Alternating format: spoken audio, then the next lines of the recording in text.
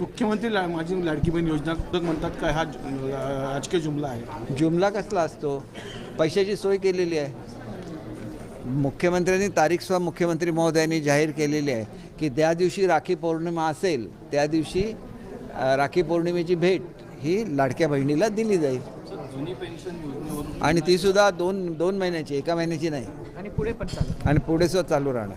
जुनी पेन्शन योजनेवरून पुन्हा एकदा शिक्षक आंदोलन झालेले आहेत. एक आहे की हा 2005 पूर्वी लागलेल्या शिक्षकांचा प्रश्न आहे आणि ही सुप्रीम कोर्टामध्ये केस आहे.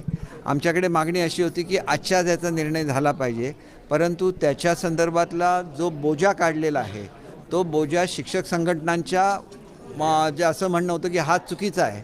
त्याच्यामुळे शिक्षक संघटनांचा समावेश असलेला आणि शिक्षक मतदारसंघातल्या आमदारांचा समावेश असलेली समिती ही आम्ही ॲक्च्युअल किती शासनावर बोजा होणार याच्यासाठी काढण्याचा निर्णय आदरणीय मुख्यमंत्री महोदयांनी घेतलेला आहे. आणि तोपर्यंत सुप्रीम कोर्टामध्ये सुद्धा तारीख मागण्याचा निर्णयसुद्धा हा आदरणीय मुख्यमंत्री महोदयांनी घेतलेला आहे. शाळा बंदचा इशारा दिलेला आहे. अनेक शिक्षक आंदोलन होण्याचं माझं नम्र आव्हान आहे की त्यांची मागणी सकारात्मकरित्या पूर्ण करायची असल्यामुळे बोजा नेमका किती येणार याच्याबद्दल वेगवेगळ्या लोकांनी वेगवेगळे अहवाल दिलेले आहेत.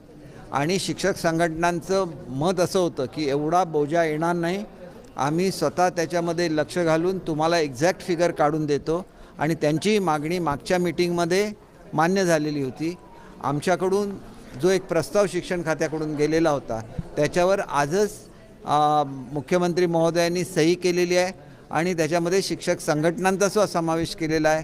त्याच्यामुळे सकारात्मकदृष्ट्या हा निर्णय झालेला असल्यामुळे आता, कारण शेवटी कुठलाही निर्णय घ्यायचा असेल तर आर्थिक बोजा काढायलाच लागतो, त्याच्यासाठी कमिटी आणि त्याच्यामध्ये सुद्धा शिक्षकांचे प्रतिनिधी असलेली कमिटी नेमली गेल्यामुळे हा प्रश्नावर लवकरच तोडगा निघेल.